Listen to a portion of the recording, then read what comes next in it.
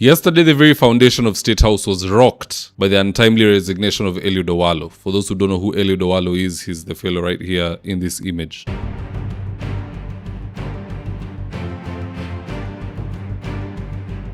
Now here's Eliud Owalo resigning from his local church in Nomia. You know, I also have a political history. Over the past 15 years or so, I've worked tirelessly and diligently for individual politicians in this country. I started off with Raila Odinga, where I was heading his presidential campaign in 2013. Head of Presidential Campaign Secretariat and Chief Campaign Manager. At that point in time, I was working for Raila, Kalonzo, and Wetangula, who are all principals in that coalition, the CORD coalition. Subsequent to that, I moved to ANC, and I worked closely with Musalia Mudavadi as one of his closest confidants and strategists.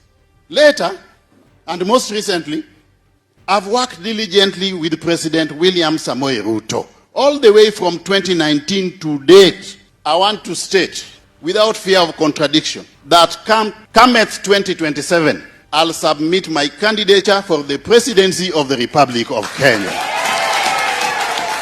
Now in this video, I want us to look into some of the reasons why Eliud Owalo has opted to resign as the Deputy Chief of Staff at State House. And so with no further ado, let's get after it. Reason number one, Ruto is a non-con man. Even Moses Kuria resigned from State House for the purpose of spoiling votes in Mlima Kenya. Look at what he did in Mbeere North. Moses Kuria single-handedly denied Karish the well-deserved victory that was destined for him. And now we are having another Trojan horse in Eliud Owalo. I say this because this guy is obviously not going to vie on an independent ticket. He will form his own party. That party will be well-oiled, itakuwa na pesa ya kutosha, and he's going to sponsor several candidates in Luo Nyanza just to spoil the vote for ODM. So youth leader Oburu Odinga, you must be very careful. Huyu jamaa unapiga deal na yeye anapiga deal na watu wengine behind your back. Now the second reason behind Eliud Owalo resigning could be the fact that the president has an own condition called kierere. I say this because 100% of the time he is the president, he's the deputy president, he's the attorney general, he's the chief of staff and the deputy chief of staff. Na hata msipochunga anaweza kuwa CS in any ministry he feels like the moment he wakes up. So could it be that Eliud Owalo felt, my position is redundant? Ninakuja kazini lakini niko na ofisi bila kazi. The decisions I'm supposed to make are being made by others. The opinions that I have are being ignored by others. What's the point of me continuing to serve this country?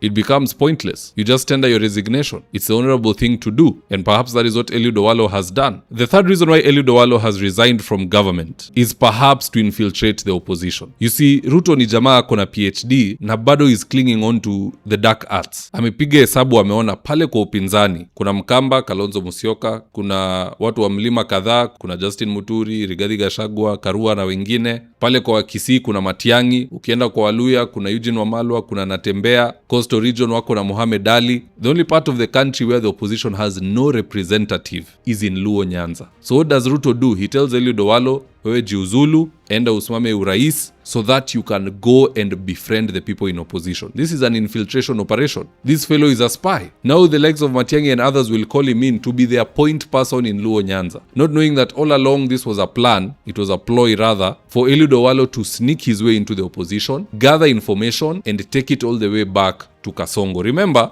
Eliud Owalo is not just a nobody. He served as the CS of Information, Communication and Technology. If there is a ministry which has the burden of breaking into people's devices digitally, hacking, ni hiyo wizara. They're the ones who will hack your WhatsApp, hack your email, hack your Facebook, and so on and so forth for the purpose of knowing what is happening in your device, especially if you're a person of interest to the state. Is this the same person unataka ende akae na kina Gachagua, planting bugs in boardrooms? If Eliud Owalo wants to resign and run for president, that's okay. But the opposition must never entertain him in their ranks. The same way they kept Moses Kuria out in the cold is the same way they should keep Eliud Owalo out in the cold. Wacha asimame, akipata kura 10 sawa, akipata kura 100 sawa, ajue vile atasaidia rais with that little ploy that they are trying to orchestrate. Now the fourth reason behind Eliud Owalo's resignation, of which I find this to be a very distant reason, is pride. Going from CS of Information, Communication and Technology to being the Deputy Chief of Staff in State House is a very big degrade. Perhaps that is what caused Moses Kuria to resign. From a CS to an economic advisor, you can only take the disrespect for so long. Moses Kuria left. Eliud Owalo has also left. It's the same thing with Kindiki. If Kindiki is fired or rather discarded as the deputy president and Ruto goes a different route, and in future Ruto brings Kindiki as an economic advisor or a legal advisor in State House, would he really take the job? Deputy president down to legal advisor? Eventually he'd also resign. I feel perhaps that could be a reason, but of all the four, the main one is to infiltrate the opposition, gather information and relay it back to State House. Kando na hiyo, it is kuharibia ODM, to sponsor candidates to go and soften the ground, especially where it is 50-50. Hii chama ya Eliud Owalo itakuwa inaingia kuharibia kina youth leader na wengine. But let's see how things unfold in the near future. And as usual, guys, that's just my opinion. Do let me know your own comments in the comment section below, and I'll do my best to read them and to give you a response. So with that, here are today's ads of the day. If you're in need of office partitioning or home interior works, i.e. kitchen cabinets, modern media walls, wall decoration, wainscoting, wardrobes, tiles, bathrooms, window blinds, gypsum and so on, reach out to Suima's Interiors at 07170 443 or info@suimas.co.ke, and they'll get all your needs sorted out. Whatever it may be, all interior works, these guys are the best at it. If you're in need of electrical wiring, solar installation, or electrical fittings such as strip lights, snake lights, downlighters, or chandeliers, contact Engineer Wycliffe at 0707 476602 and he'll get your house dapped up.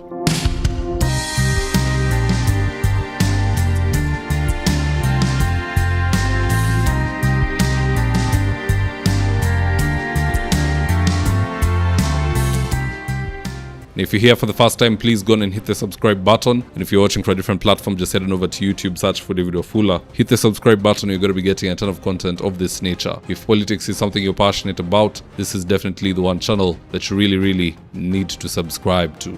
Alright guys, adios.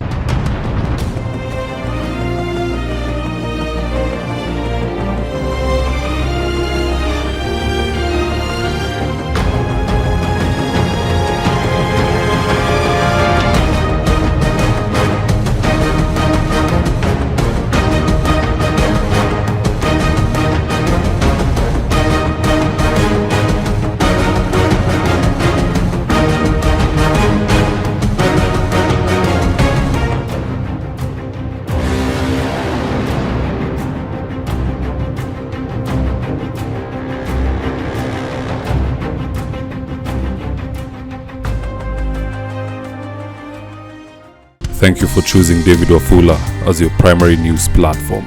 We put countless hours in research, recording, and editing. By showing up each and every day to watch our videos, you encourage us to generate more videos for the viewers. We are on a mission to inform, educate, and build a better tomorrow. To our thousands of followers in a world full of presidents, kings, and queens, you are the real gem. Adios.